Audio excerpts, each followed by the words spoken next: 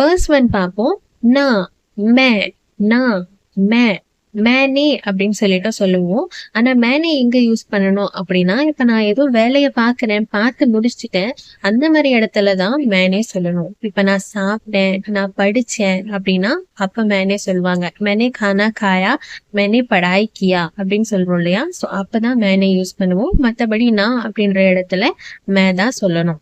அடுத்து பார்க்கலாம். என்னோடது, என்னோடது, மேரா, மேரா என்னோட பொருள், மேரா சீஸ் ஹே. அடுத்து எனக்காக, எனக்காக, மேரே லியே எனக்காக வாங்குனியா, மேரே லியே லீ, மேரே லியே லீ, மேரே லியே லியா கியா அப்படின்னு சொல்றோம்ல.